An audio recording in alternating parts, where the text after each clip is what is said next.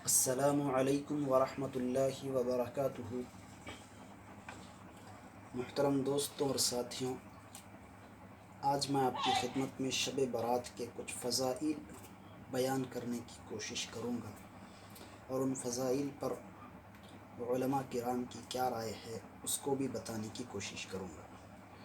تو اللہ تبارک و تعالیٰ نے کچھ مخصوص ایام ایسے رکھے ہیں جن میں اللہ کی طرف سے خصوصی توجہ، خصوصی رحمت نازل ہوتی ہے، ان میں سے ایک شب برات بھی ہے۔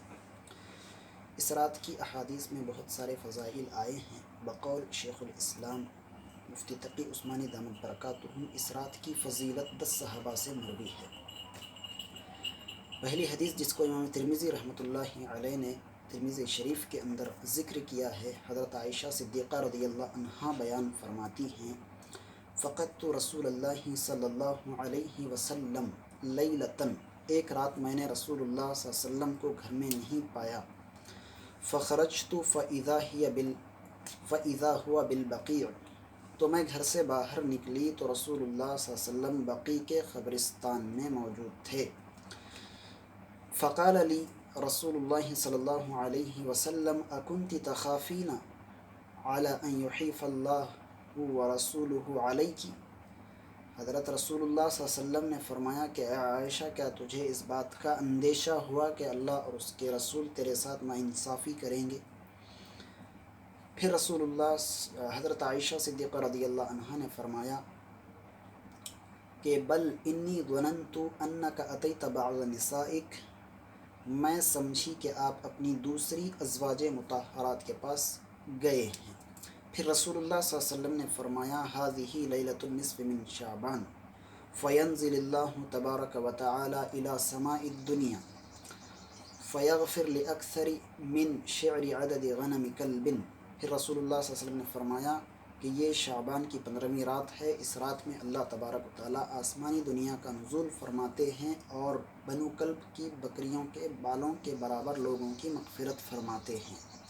حضرت ملا علی قاری رحمۃ اللہ علیہ نے اس حدیث کی تشریح میں لکھا ہے کہ بنو کلب ایک قبیلہ تھا، اس کے پاس اس وقت بکریاں بہت زیادہ تھیں دوسروں کے مقابلے میں، اس لیے اس قبیلے کی مثال اس حدیث کے اندر دی گئی ہے۔ اور دوسری حدیث جس کو امام ابن ماجہ رحمۃ اللہ علیہ نے ابن ماجہ شریف کے اندر ذکر کیا ہے، حضرت علی کرم اللہ وجہ فرماتے ہیں کہ رسول اللہ صلی اللہ علیہ وسلم نے فرمایا اذا كانت لیلۃ النصف من شعبان، جب شعبان کی 15ویں رات آ جائے، فقوموا لیلہا وصوموا نہارہا، تو اس رات قیام کرو یعنی عبادت کرو اور اس دن کا روزہ رکھو۔ پھر آگے فرماتے ہیں فإن اللہ تبارک و تعالی ینزل لغروب الشمس الی سماء الدنیا، اس لیے کہ اللہ تبارک و تعالی غروب شمس سے آسمانی دنیا پر نزول فرماتے ہیں، فیقول، پھر کہتے ہیں یعنی آواز لگاتے ہیں، الا من مستغفر فاغفر له، کیا کوئی مغفرت مانگنے والا ہے کہ میں اس کی مغفرت کر دوں؟ الا من مسترزق فارزقہ، ہے کوئی رزق مانگنے والا میں اسے رزق دے دوں؟ الا من مبتل فاعافیہ، ہے کوئی مصیبت زدہ جس کی مصیبت میں دور کروں، اس کو عافیت دے دوں؟ الا کذا حتی یطلع الفجر، یہاں تک کہ فجر طلوع ہو جاتی ہے، اسی طرح اللہ ندا لگاتے رہتے ہیں۔ تو یہ 2 حدیثیں ہیں، ان 2 حدیثوں سے ہمیں 4 باتیں معلوم ہوتی ہیں۔ پہلی بات، اس رات عبادت کرنی چاہیے، دوسرا روزہ رکھنا چاہیے، تیسرا دعا کثرت سے کرنی چاہیے کیونکہ اللہ تبارک و تعالیٰ خود دعا ندا لگا رہے ہیں، اور چوتھا قبرستان کا ذکر ان احادیث میں آیا ہے۔ تو سب سے پہلے عبادت کے بارے میں شیخ الاسلام مفتی تقی عثمانی دامت برکاتہ فرماتے ہیں کہ اس رات میں عبادت کا کوئی مخصوص طریقہ نہیں ہے۔ بعض لوگوں نے عبادت کے مخصوص طریقے اپنی طرف سے گھڑ لیے ہیں کہ اس طرح عبادت کرنی ہے اور اس طرح یہ سورہ پڑھنا ہے، اس سورے کو پڑھنا ہے اور اتنی رکعت پڑھنی ہے۔ تو شیخ الاسلام دامت برکاتہ کہتے ہیں کہ اس تعلق سے احادیث میں کوئی ذکر نہیں ہے، بلکہ عام طور پر جس طرح نفل عبادت کرتے ہیں اسی طرح اس رات میں بھی عبادت کریں اور کثرت سے عبادت کریں۔ دوسرا روزہ ہے۔ روزے کے تعلق سے بھی شیخ الاسلام مفتی تقی عثمانی دامت برکاتہ کہتے ہیں کہ ذخیرہ احادیث میں اس رات 15ویں شعبان کے دوسرے دن جو روزے کا ذکر آیا ہے وہ صرف ایک حدیث میں آیا ہے اور وہ بھی ضعیف حدیث ہے، تو اس حدیث کی وجہ سے اس روزے کو سنت یا مستحب کہنا علماء کے نزدیک درست نہیں ہے۔ اور آگے وہ فرماتے ہیں کہ البتہ شعبان کی 1 سے لے کر 27 تاریخ تک روزے رکھنے میں کوئی حرج نہیں ہے، اس کے فضائل بھی آئے ہیں، اور شعبان کی 28 اور 29 تاریخ کو روزہ رکھنے سے رسول اللہ صلی اللہ علیہ وسلم نے منع فرمایا ہے، اس لیے کہ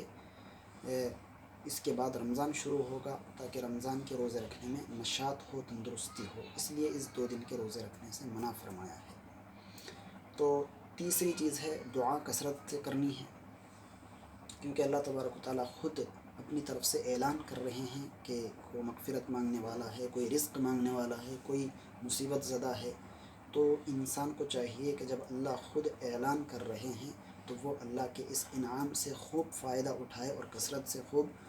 دعا کرے، اور اپنی مصیبتوں کو اور اپنے حالات کو اللہ کے سامنے رکھے، اور دعا سے پہلے توبہ کرے اور اپنے گناہوں کی معافی مانگے۔ اور چوتھی چیز قبرستان جانے کا ذکر اس حدیث کے اندر آیا ہے، تو یہاں پر بھی شیخ الاسلام دامت برکاتہ نے یہ فرمایا ہے کہ قبرستان جانے کے بارے میں بھی احادیث میں صرف ایک ہی حدیث ہے، اور وہ بھی ضعیف ہے، اور رسول اللہ صلی اللہ علیہ وسلم نے قبرستان جانے کے بارے میں کسی کو نہیں بتایا، کسی صحابی کو نہیں بتایا، یہاں تک کہ اپنی زوجہ محترمہ کو بتائے بغیر آپ چلے گئے۔ تو اس لیے مفتی صاحب دامت برکاتہم اپنے والد کا قول نقل کرتے ہیں، مفتی شفیع عثمانی رحمۃ اللہ علیہ، وہ فرماتے تھے کہ حدیث میں چونکہ ایک ہی مرتبہ ذکر آیا ہے تو پھر پوری زندگی میں ایک مرتبہ اگر اس رات قبرستان جائیں تو پھر اس پر عمل ہو جائے گا، البتہ اس کو لازم کرنا، اس رات کا حصہ قرار دینا اور اس عمل کو نہیں کرنے والے کو ملامت کرنا وغیرہ یہ درست نہیں ہے۔ کبھی کبھار اگر جائیں تو اس میں کوئی حرج نہیں ہے۔ تو یہ 4 اعمال ہیں جو ان احادیث کے اندر مذکور تھے، اور اس پر علماء کی رائے، خصوصاً شیخ الاسلام مفتی تقی عثمانی دامت برکاتہم کی کیا رائے ہے وہ میں نے آپ کے سامنے رکھی ہے۔ اللہ تبارک و تعالیٰ ہم سب کو شریعت کے مطابق عمل کرنے کی توفیق نصیب فرمائے۔